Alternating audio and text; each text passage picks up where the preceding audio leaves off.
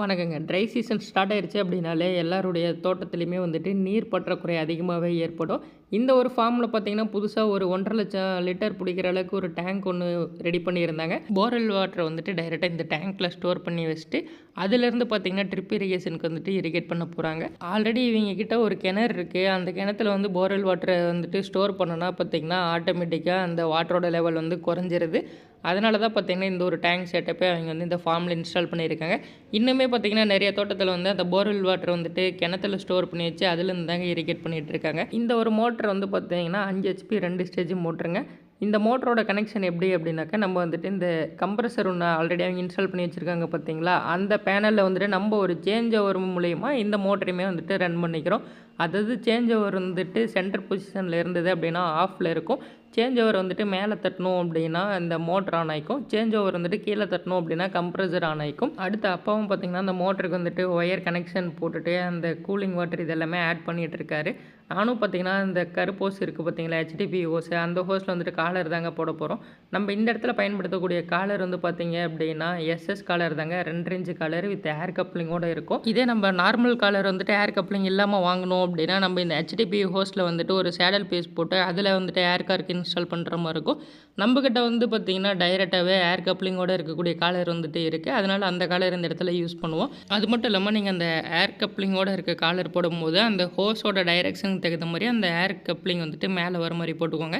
ஏன்னா அந்த ஏர் கப்ளிங் வந்துட்டு சைடில் வர மாதிரி இருந்ததுன்னா நம்ம ஏர் கார்க்கு இன்ஸ்டால் பண்ணதுக்கப்புறம் அந்த இடத்துல வாட்டர் வந்துட்டு லீக்கேஜ் ஆகிட்டு இருக்கும். எஸ்எஸ் காலருக்கும் ஆர்டினரி ஜிஐ காலருக்கும் என்ன ஒரு டிஃப்ரெண்ட் அப்படின்னா, எஸ்எஸ் காலர் வந்துட்டு துரு பிடிக்காது. ஜிஐ காலர் பார்த்தீங்கன்னா ஒரு குறிப்பிட்ட நாளே துரு பிடிச்சி அந்த துரு பிடிக்கிறதுனால பார்த்தீங்கன்னா அந்த ஹோஸில் வந்து வெடிப்பு வரும். அது மட்டும் இல்லாமல் அந்த காலரை வந்துட்டு நம்ம ஒன்ஸ் போட்டுட்டோம் அப்படின்னா திரும்ப ரீயூஸ் பண்ண முடியாது.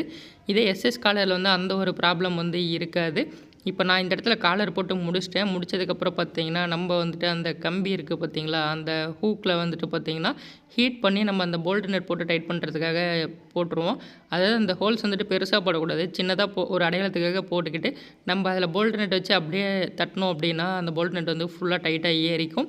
ஏறினதுக்கப்புறம் பார்த்தீங்க அப்படின்னா, நம்ம அந்த காலர்லேருந்து என்ன தான் இழுத்தாலும் அந்த ஹோஸ் வந்துட்டு பார்த்தீங்கன்னா பிடுங்கிட்டு வராது. ப்ரெஷரில் பிடுங்கிட்டு வராமல் இருக்கிறதுக்காக தான் பார்த்தீங்கன்னா, நம்ம இந்த ஒரு போல்ட் நட்டையுமே இந்த இடத்துல பயன்படுத்துகிறோம். ஃபைனலாக இந்த ஹெச்டிபி ஹோஸில் வந்துட்டு பார்த்தீங்கன்னா, 2 சைடுமே நம்ம காலர் ஜாயின் பண்ணிடுவோம். ஒரு சைடு வந்து பார்த்தீங்கன்னா வித்தவுட் ஏர் கப்ளிங், இன்னொரு சைடு வந்து பார்த்தீங்கன்னா வித் ஏர் கப்ளிங். அதாவது இப்போ போட்டுட்ருக்கோம் பார்த்தீங்களா, அந்த ஒரு காலரு.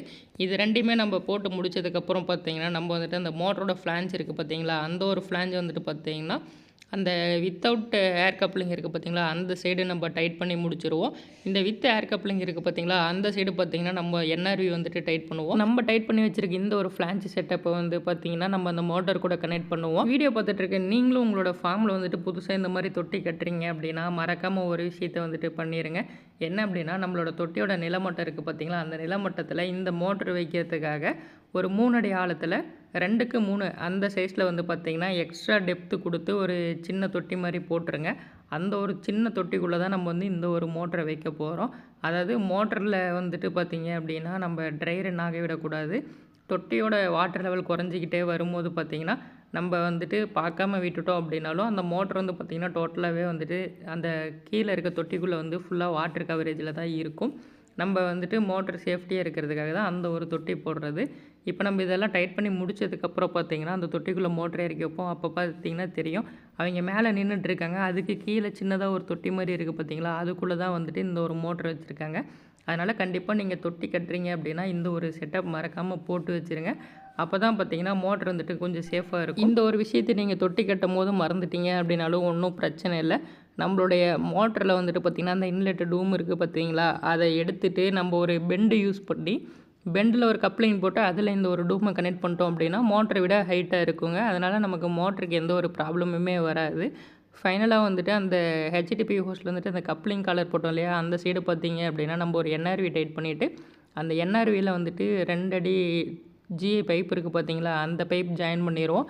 அதாவது இந்த தொட்டியோட மேற்பரப்பில் வந்துட்டு நம்ம ஹெச்டிபி ஹோஸோ அல்லது பிவிசியோ போட்டோம் அப்படின்னா, அந்த மோட்டர் ஆன் பண்ணும்போது வரக்கூடிய அந்த ஒரு ஃபுல் ப்ரெஷரில் தாங்காது அப்படின்றதுக்காக ஜிஐ போட்டிருக்கோம். ஜிஐ போட்டுட்டு இப்போ இங்கே பார்த்தீங்கன்னா 10 கேஜியில் வந்து ஆர்எஃப்டிஏ யூஸ் பண்ணியிருக்கோம். அதாவது 2.5க்கு 2 ஆர்எஃப்டிஏ யூஸ் பண்ணியிருக்கோம்.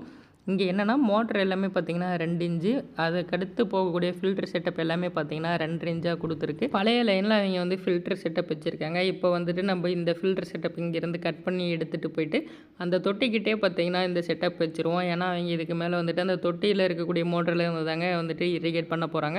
இப்போ இங்கே வந்து நம்ம 2 கேட் வால்வ் வச்சு அந்த ஃபில்டரோட அவுட்லெட் இருந்தது பார்த்தீங்களா, அது கூட வந்துட்டு கனெக்ட் பண்ண போகிறோம். இந்த ஃபில்டர் பார்த்தீங்க அப்படின்னா 2 இன்ச்சு ஃபில்டர், அவங்க சப்சிடியில் வாங்கியிருந்த ஃபில்டரு 2.5க்கு 2 ரெடியூசர் போட்டு ஜாயின் பண்ணியிருந்தாங்க. நம்ம என்ன பண்ணோம் அப்படின்னா அந்த 2.5க்கு 2 ரெடியூசரை கட் பண்ணி விட்டுட்டு அந்த ஃபில்டர் அப்படியே டைரெக்டாக லைன் கூட வந்துட்டு ஜாயின் பண்ணிடுவோம். இப்போ நான் ஒரு பைப் எடுப்பேன் பாருங்கள். இந்த ஒரு பைப் வந்து பார்த்திங்கன்னா தொட்டியிலிருந்து வரக்கூடிய புது லைனு.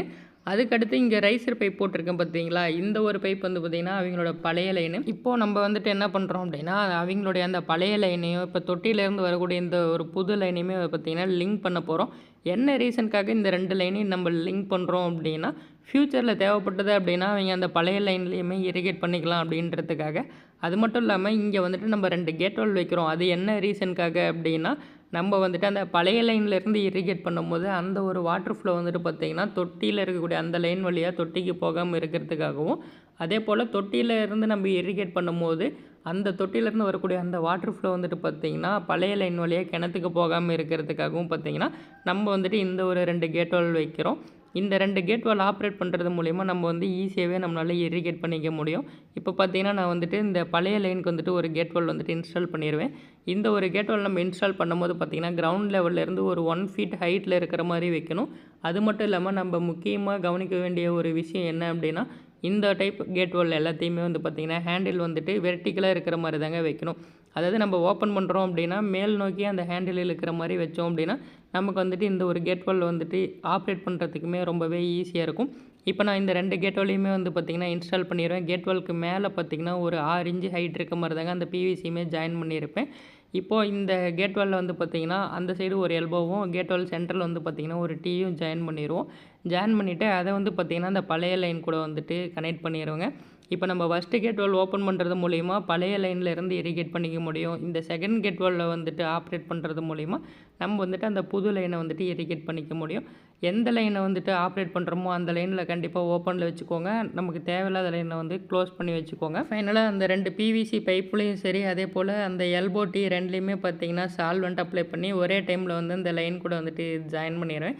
ஜாயின் பண்ணதுக்கப்புறம் அந்த டீயில் இருந்து பார்த்திங்கன்னா ஒரு பிவிசி கனெக்ட் பண்ணி அதை வந்துட்டு பார்த்திங்கன்னா அந்த ஃபில்டரோட அவுட்லெட் ஜாயின் பண்ணியிருந்தாங்க பார்த்திங்களா, அந்த ஒரு லைனில் வந்துட்டு கொடுத்துருவேங்க.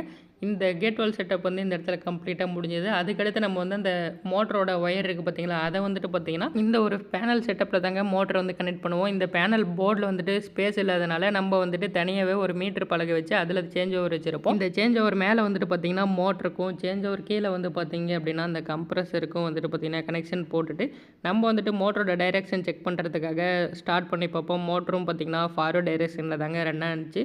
அதே போல் மோட்டரோட அவுட்புட் ப்ரெஷருமே பார்த்திங்கன்னா சூப்பராக இருந்தது. அதுக்கடுத்து இந்த மோட்டரோட அவுட்லெட் இருக்குது பார்த்திங்களா, அதை கொண்டு வந்து பார்த்திங்கன்னா நம்ம ஃபில்டர் செட்டப் கூட கனெக்ட் பண்ணுவோம். இந்த இடத்துல வைக்கக்கூடிய இந்த ஒரு கேட் வால்வ் வந்து பார்த்திங்கன்னா ரொம்ப ரொம்ப இம்பார்ட்டண்டான கேட் வால்வு. இந்த கேட் வால்வ் வந்துட்டு பார்த்திங்கன்னா பைபாஸ் வால்வு. இதை ஆப்ரேட் பண்ணுறது மூலிமா தான் நம்ம வந்துட்டு அந்த ப்ரெஷர் வந்து மெயின்டைன் பண்ண முடியும் ட்ரிப் இரிகேஷனுக்கு.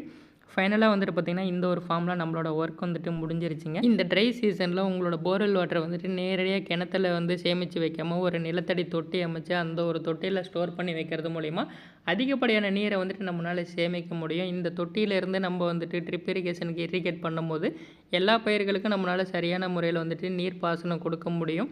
வீடியோ பார்த்துட்ருக்க நீங்களும் வந்துட்டு இந்த ஒரு செட்டப் வந்து உங்களோட ஃபார்மில் இன்ஸ்டால் பண்ணுறீங்க அப்படின்னா கண்டிப்பாக கமெண்டில் சொல்லுங்கள். வீடியோ பிடிச்சிருந்தால் லைக் பண்ணுங்கள், சப்ஸ்கிரைப் பண்ணி சப்போர்ட் பண்ணுங்கள். நெக்ஸ்ட் வீடியோவில் இன்னொரு சூப்பர் வீடியோவோட சந்திப்போம். இதுதான் உங்கள் தமிழா.